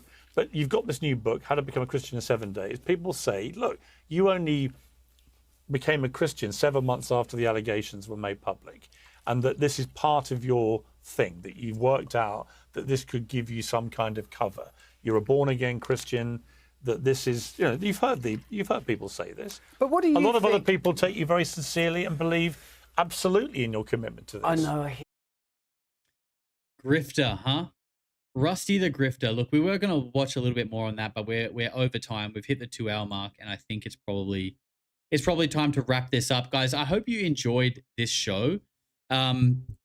It was meant to be a very sort of inquisitive, honest curiosity, looking into things that I think a lot of us have heard of, maybe understand at a very surface level, or maybe don't even understand at all. But at the end of the day, that's what this channel is. It's explorative, it's curious, and I will just go where the where my interest leads me and where the questions lead me. And honestly, I can't express enough how much like I really do this with no agenda, right? There's no agenda. I don't want you all to believe that Yahweh is Baal. If it resonates with you and you go down your own rabbit hole, then that's fantastic. And if you think I'm mocking God and you're going to go pray for me on Sunday, fantastic as well. Look, as long as you have a good time on this channel, I really want us to have fun, to laugh when we look at these crazy things, and just kind of enjoy having a place where we can explore these very strange topics and times together and have a bit of a laugh when we do it. That's really what this is about. Guys, thank you very much for tuning into the show today. As always, I really appreciate it. All of the support, the super chatters, the memberships. I can't thank you guys enough. Thank you to the mods for modding the stream as well. Remember, we have UFO therapy this Saturday morning or Friday night if you're in the land of the free. I have someone coming on the channel helping me remember that it isn't all a psyop. Okay, I'm looking forward to that. Special guest. I'm not going to say who it is. You'll find out soon. We're going to be live tomorrow at the same time. If it's not with a stream like this, we're going to be going live in the member section, just hanging out, maybe playing a couple of games or something. But until then, people, enjoy the rest of your day, your night. Be good to each other. Be kind. Get outside, touch some grass, and I'll see you all very, very soon. Peace. Eventually, people are going to say, what the hell is going on? No matter how far you go into the dark, when you flip, you go exactly the same place to the light in our galaxy. Everything. Because everything is in balance. Everything is a polarity. I think it's just going to get weirder and weirder and weirder, and finally it's going to be so weird that people are going to have to talk about how weird it is.